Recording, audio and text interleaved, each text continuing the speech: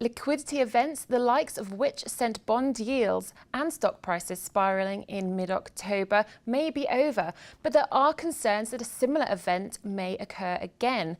With economies fluctuating rapidly, can the worries be subdued?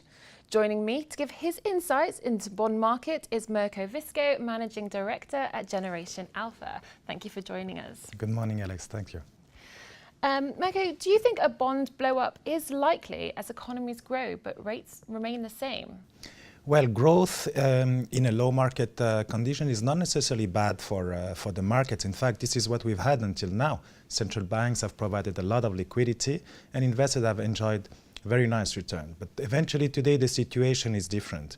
As we can see from the chart, the central banks' balance sheets have widened a lot in the US and in England, where in the other side, Europe and Japan are just starting right now to grow their balance sheet. So the reaction was that simply Europe and Japan have been lagging the others in terms of economic recovery. In terms of the bond market, the situation will be very critical going forward. I think if we go back to the US, we are eventually ready for a 5 to 10% correction in the bond market, simply because if the Fed start to raise rates, market will really act differently and people will start selling off bonds. We can see from another chart that the Fed is eventually in a situation to start raising rates sooner than later. In fact, the unemployment rate is trending below 6%. Any further growth in the US economy could be inflationary. So the situation could be different today in the US market. Until now, equity managers have been using government bonds as a hedge, and in fact a much better hedge than buying volatility. But things can be different.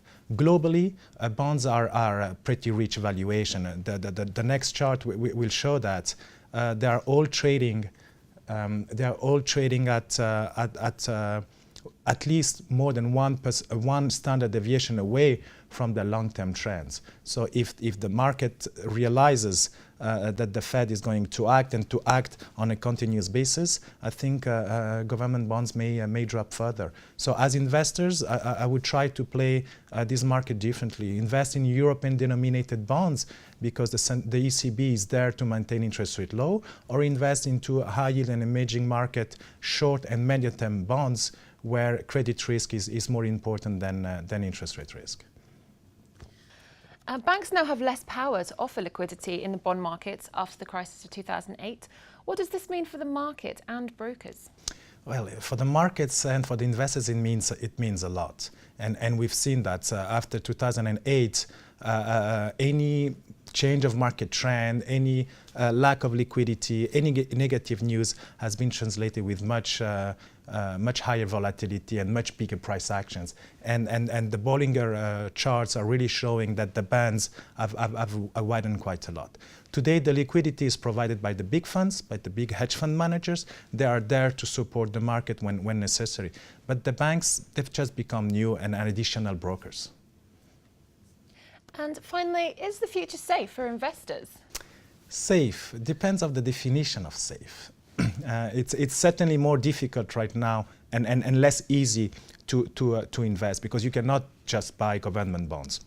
Today, people that invest in government bonds should accept negative or zero real rates, and we see that from the government bond, the government inflation-linked bonds, that the real rates are really close to zero. So in practice, that is translated by wider diversification in terms of investments, and eventually look for decorrelated asset classes or investment strategies. I'm giving some examples. Investing in a Spanish real estate investment vehicle could offer both access to yield and asset inflation and less correlation to the traditional markets, or eventually investing in listed private equity funds that can offer access to equity tranches, but are lower at a lower valuation. So it's really key today, I think, to look for more diversification in investments, because simply investing in bonds is not the safest investment anymore. Thank you for your time today. Thank you. So there you go. Make sure you take a few more risks and don't play safe with government bonds. That's all we've got time for today. Make sure you check back in with Dukascopy TV for more news on the bond markets. Goodbye.